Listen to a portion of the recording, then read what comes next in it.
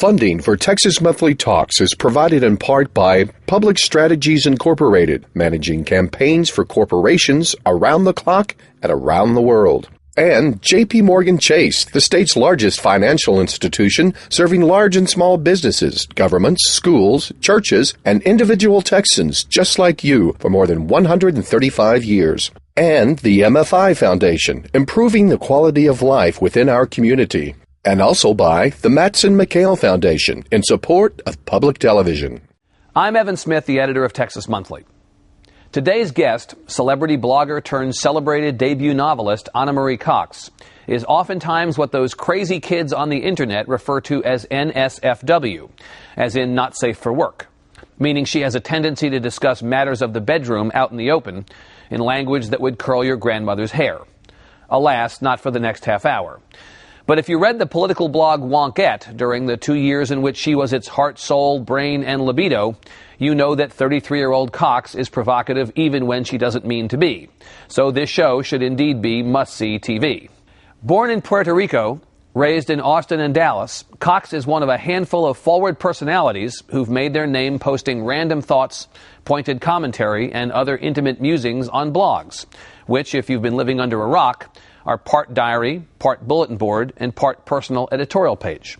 After stints contributing to Suck.com, Feedmag.com, and Inside.com, along with a few traditional media properties, she was hired to launch Wonkette.com by web entrepreneur Nick Denton in early 2004, stepping down at the end of last year just as her too true novel about politics, Dog Days, arrived in bookstores to mostly good reviews, including a glowing one in the Sunday New York Times.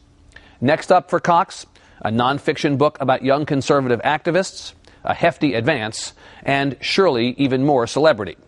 This one's a keeper. A conversation with the notorious Anna Marie Cox on this edition of Texas Monthly Talks.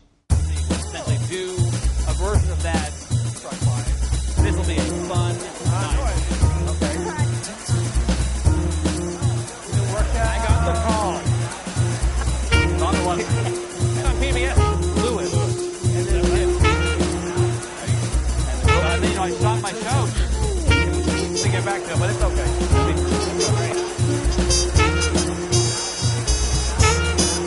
Hey, good. Can I run this? Okay, everybody please take your seats. All right, good.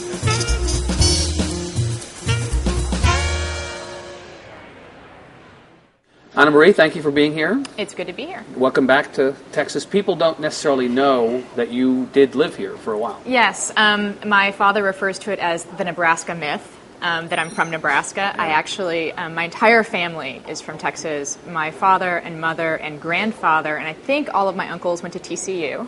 My father taught at UT. Yeah. My mother's grandparents were dirt farmers in Hearn. And in Hearn? Yes. Okay. Hearn. It's your college station. But you're an actual Texan then. Yeah. We're not talking about Austin. We're talking about Hearn. Yes, Hearn. I know. Well, you're here as you've been elsewhere to promote this book, and I want to talk about the book, but I want to ask first the new news question, which is you're leaving or have left the blog. I have. This is like Bruce Wayne deciding not to be Batman anymore. You've been Wonkette. Wonkette has been you for, how long has that been? I started Wonkette in January of 2004. So it's 2 years. Yes. Feels longer. I don't feel like it's Bruce Wayne not being Batman. I feel like it's, just bringing on a different Darren in Bewitched. Okay, good. Thank you. This is PBS. Right. All right, good. I think that Wonkette probably always should have been more of a brand than a person.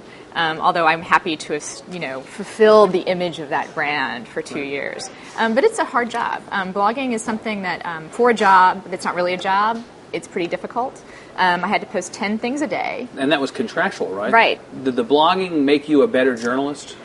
I think it made me a better, more disciplined writer. Okay. I'm not sure if, journalism is still one of those muscles that needs to be exercised on a regular basis and will atrophy if you don't use it. And I didn't do as much real reporting while I was doing Wonkette as I would like to do. I think what's missing from Wonkette on the reporting angle is actually interacting with people and hearing their stories and then figuring out a way to tell their stories.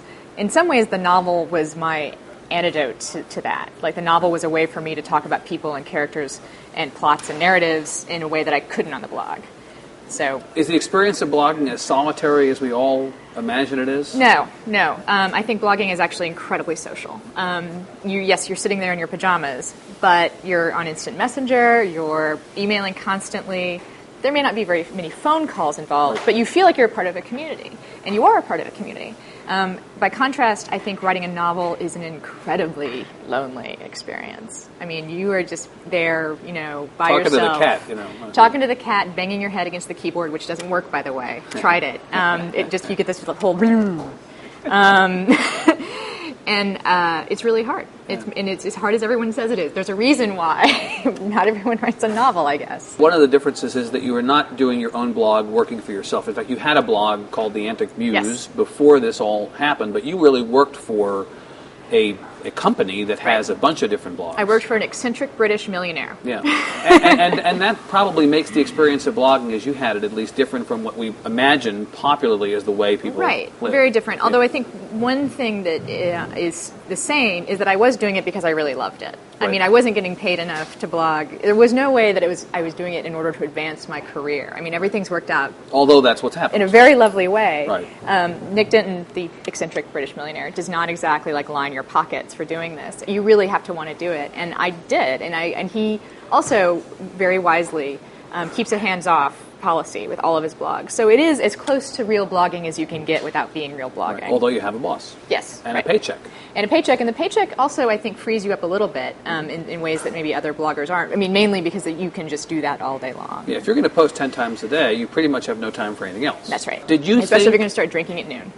Oh, a common theme, if you've read the blog, drinking is in the middle of the day. Did you know much about the Washington environment that you came to write so much about before you started the blog? In a way. I think I had... I've been telling people that for the election, I had a second row seat kind of behind the journalists and staffers. I think before I'd started doing Wonkette, I was in the balcony. My husband worked at the Washington Post for a while. That's why we went to Washington. And so I automatically was in on this social circle a little bit. Mm-hmm. It's a very small town, people should realize. The professional Washington is really tiny, and everyone does really know everybody. So I got invited, or went along with my husband, I should say, to a lot of the same parties and kinds of parties I went to as Wonkette, but I was the wife. And in Washington is a town where there is a wife, in every couple. It can be the husband, but he's the wife. And if you don't work in that world, their eyes will glaze over, and they'll start looking over your head, doing the party scan, for someone more important. And so they did that to you. Oh yeah, and after I got over being angry about that, I think I actually then just started to sort of step to the side and watch. And I think a lot of the observations that are in the novel come from both, yes, having that second row seat at the election, and also having been at the very edge of sidelines of a lot of these parties. So did people react differently to you once it was known that you were this blogger, Wonkette, so they were no longer party scanning past you? It depends. I think there were plenty of people who didn't know who I was still. Even though I was now invited to the parties on my own. Right. And, perhaps that was to their detriment. Howard Feynman actually is one person who once did a party This is the Newsweek reporter. Right. And which it's in the book. It's in the book. It's in the book. And I sort of have to be, now I feel like I owe him an apology, but it all sort of stems back from this one time at a party where he pushed me out of the way. But it's a town where that happens. Life is long, right? That's what it is. Well, it's also, I think that story illustrates two things. One, that people in Washington with a certain amount of power feel an incredible amount of license, whether it's to push somebody out of the way or to take a little extra money out of the cookie jar, or to either be like Abramoff or Clinton. You feel like you can get away with stuff. Something tiny, something big, doesn't matter. Right. And it also means that people in Washington have incredibly long memories. I mean, the end of that story with me having my little joke about him in the novel it just shows that, it all will find its way back to you. Now, has it found its way back to you? Has he Howard is upset? kind of done a mea culpa? No, he hasn't. And I think that's just fine. He may not even know that the joke is out there. I feel like I should tell the joke. Tell the joke. Which is that in the novel, the two protagonists are having a phone conversation. One of them is in a town car. There's a whole town car culture in Washington as people get driven back and forth to different studios. She's on her way to go do a television hit. And the driver says, she's pretty. He turns around and looks in the rearview mirror and says, "You're very pretty." And her friend on the cell phone, under the cell phone, says, "Wait, who are you talking to?" And she says, "Well, the driver just told me I'm pretty." And Melanie says, "Oh, he says that to everyone, but only Howard Feynman believes him." And that was a case in which you used Howard Feynman's name. I mean, Right. Other people in the book are obviously based on Well, real... it's only funny if you Yeah. have, like, and actually I feel, again, I should say that he was even using his names particular there, but he does represent a type of person in Washington, which is a powerful kind of person. He's a famous television personality, pundit, more famous for kind of being on TV. Famous for being famous. Famous for being famous for D.C. And I want to soften the hit he takes in the novel a little more, which is to say that he's exactly the kind of person that the two women in the novel, who are kind of much lower down the totem pole, would take cracks at. You know, that's one of the only ways you can feel better about yourself when you're playing for the JV team on the campaign. You're going to take some pot shots at the people who are more powerful than you. Well, one of the interesting things about the way that our world has changed is that someone like Howard Feynman is now a celebrity outside of D.C. You say he's famous for D.C., but you know what? Everybody has TVs and cable, and they watch these shows, and Howard Feynman is now suddenly famous. And that sort of change makes it possible for your book to be appreciated outside of D.C. That's true, and, well. and I, of course, appreciate that about the way the culture has changed. In fact, the way that cable news and blogs, actually, I think, have democratized even further discussions about politics is really interesting to me. I mean, everyone now believes their opinion matters, which isn't necessarily true, but it's nice to have people believe that. I think you wind up with a more democratic republic, if people, are thinking that they're a part of the process. And it makes people who practice traditional journalism a little nervous because suddenly we're seeing our lunch eaten, or we have the sense that our lunch is being eaten by the likes of people with a computer and and an unlimited constituency, presumably. And I like it that you're nervous. Sure. I think that maybe there was a period when people in mainstream journalism weren't as nervous as they should be. I would say complacent. Yeah, complacent is a good word for that, yeah. And I think that nervousness is a good thing. It keeps everyone on their edge. And I also think that, the generation coming up now that sort of the leaders of the new blog generation, whoever they are, they're definitely going to have to be watching their backs too. I think that blogging right now is a very young medium. But it will mature, and it will have the same problems that mainstream media has now. It'll get complacent and cliquey and start not to be such a meritocracy, which is, of course, one of the few things that you really can say about the blogosphere right now, is that in order to be noticed, you have to have something original and useful to offer. Let me ask you something about the blogging experience as a way to kind of transition more into the book, and that is the whole Washingtonian capital F situation. You became famous, or more famous, during a point in your blogging life when you linked up with a woman and sort of told her story in Washington. You make it sound so tawdry that I linked up with her. Well, it took 15 minutes to get to something tawdry. Remarkable. Tell the Washingtonian story and tell how it became capital F, because it really is a driver in the book. Right. I mean, there's an important difference, and I'm happy to sort of explain how one led to another. Washingtonian, a woman named Jessica Cutler, was an aide to Mike DeWine, senator from Ohio, and a pretty low-level one, and started a blog because she said later she was too lazy to keep emailing all of her girlfriends, about her latest exploits. So she started a blog that perhaps because she wound up getting a book deal, the whole thing, she does not regret that it didn't have a password. But it didn't have a password. And her first entry was something like, "I can't believe I'm sleeping with 5 guys." Right. And didn't use the word sleeping with. It was a pretty straightforward. Speaking of tawdry. Right, straightforward blog of her sex life. And someone passed the link on to me, just a random email from someone, I don't even remember who. And I read it and was amused. I actually didn't think it was necessarily real. It was so over the top. Right.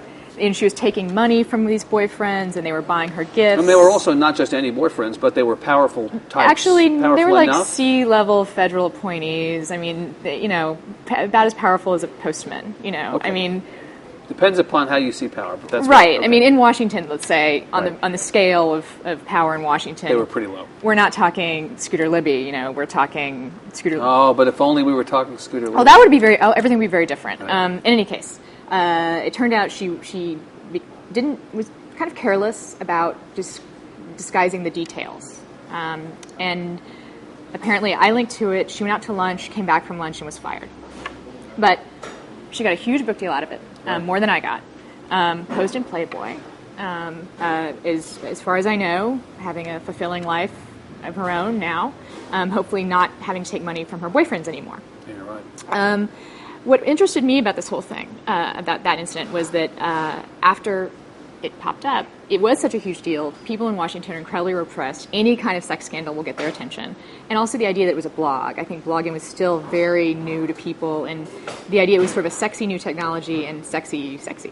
Got people really riled up. And there was a small group of people, small but vocal group of people, who believed that I had cooked up the whole thing. Thought you had made up the whole thing, made her up and made it up. It was a huge hoax, that she and I were old friends from somewhere. And, of course, it wasn't true. But it really got me thinking, would that be possible? To concoct something. Yeah. Right. And then why would you?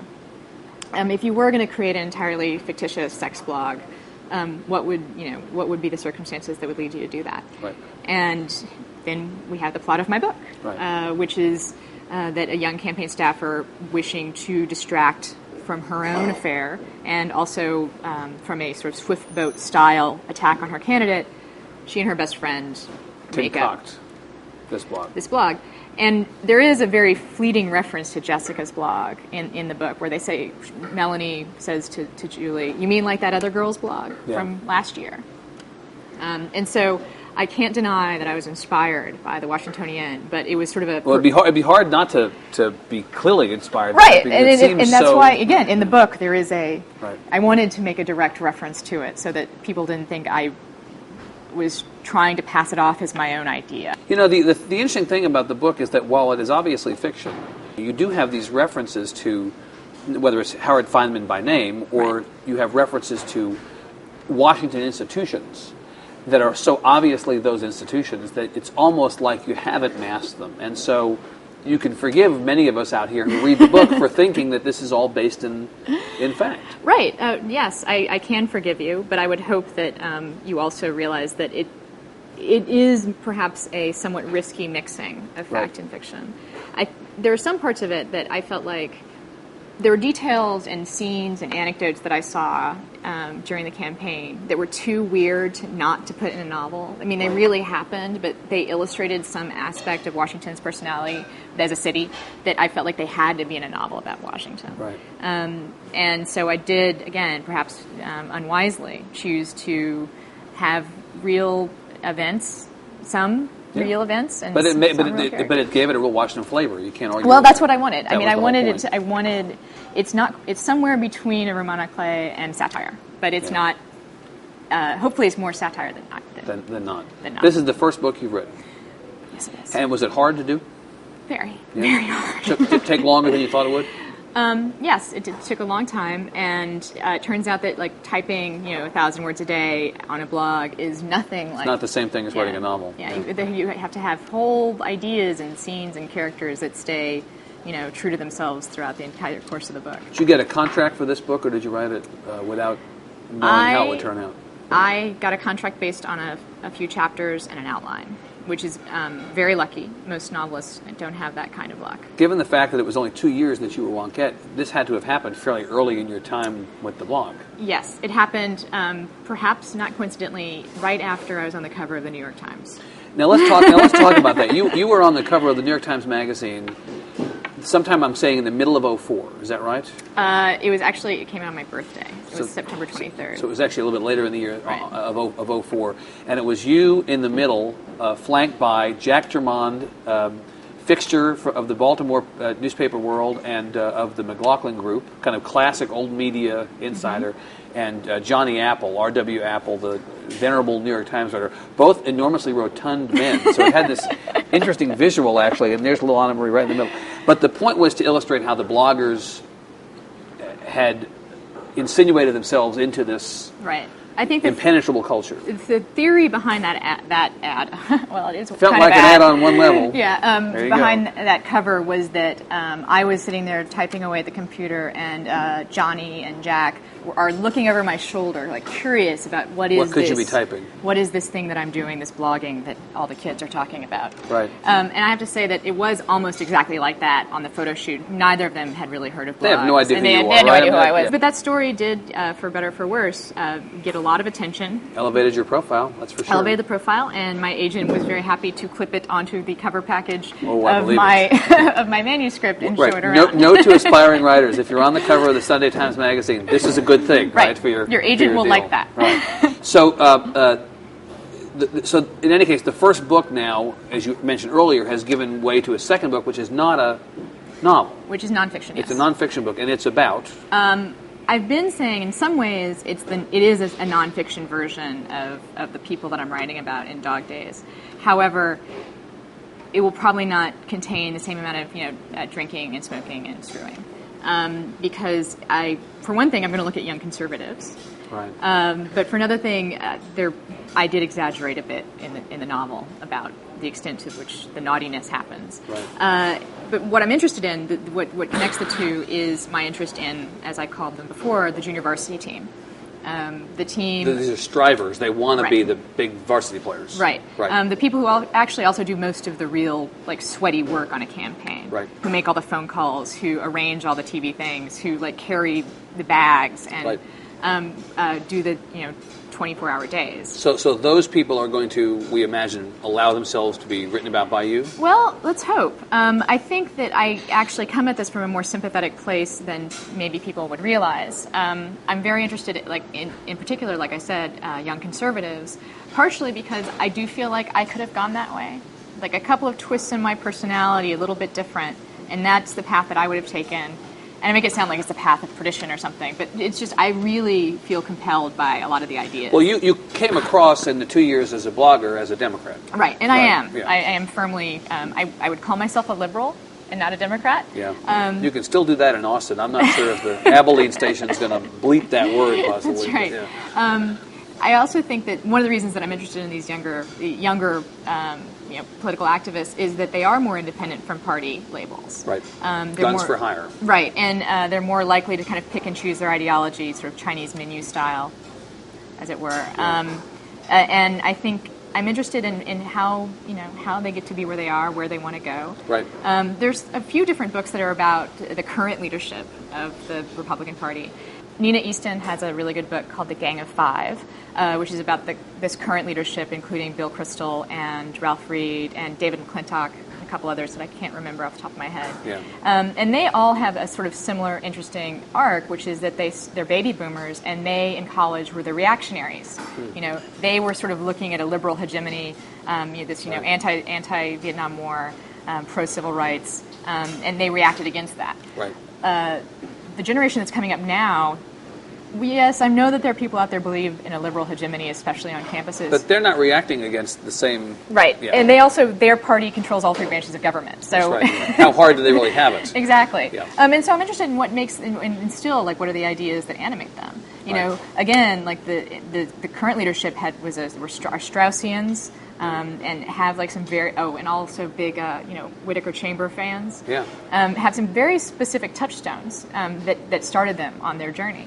And I'm just curious what those things are for this generation, especially growing up with blogs and text messaging and TiVo. Right. Do they have those same kind of touchstones? It's a different world. Yeah. Well, given the fact that you wrote the blog for 2 years and the specific things that you did write, and given the fact that you wrote this book, which does have a somewhat sympathetically left slant, why should they trust you that you're going to tell their story fairly? It's amazing how much people want publicity. Well, that's pretty much the lesson of everything, isn't it? Yeah. I also think I like to believe, here we are having a nice civil discussion about ideas, that I don't come off as a foaming at the mouth, raving, sex addict, drunkard in real life.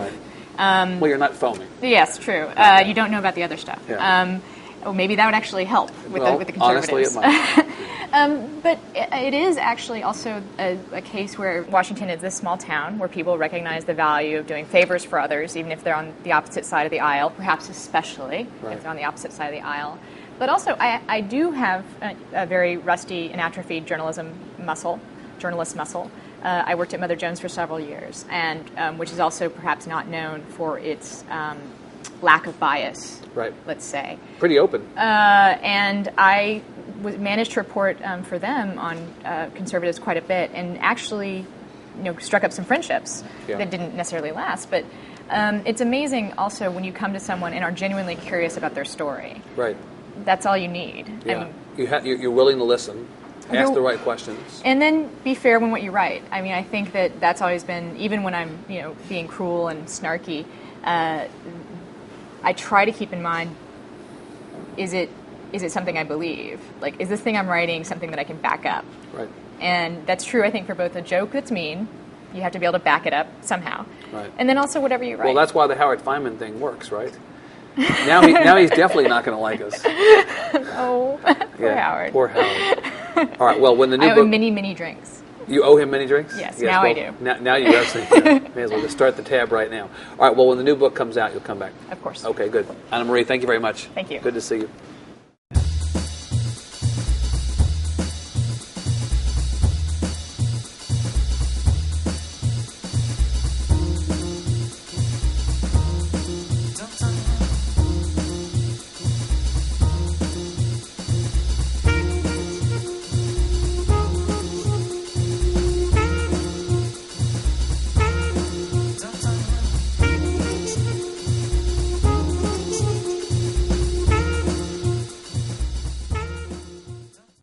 Funding for Texas Monthly Talks is provided in part by Public Strategies Incorporated, managing campaigns for corporations around the clock and around the world. And J.P. Morgan Chase, the state's largest financial institution, serving large and small businesses, governments, schools, churches, and individual Texans just like you for more than 135 years. And the MFI Foundation, improving the quality of life within our community. And also by the Matson McHale Foundation in support of public television.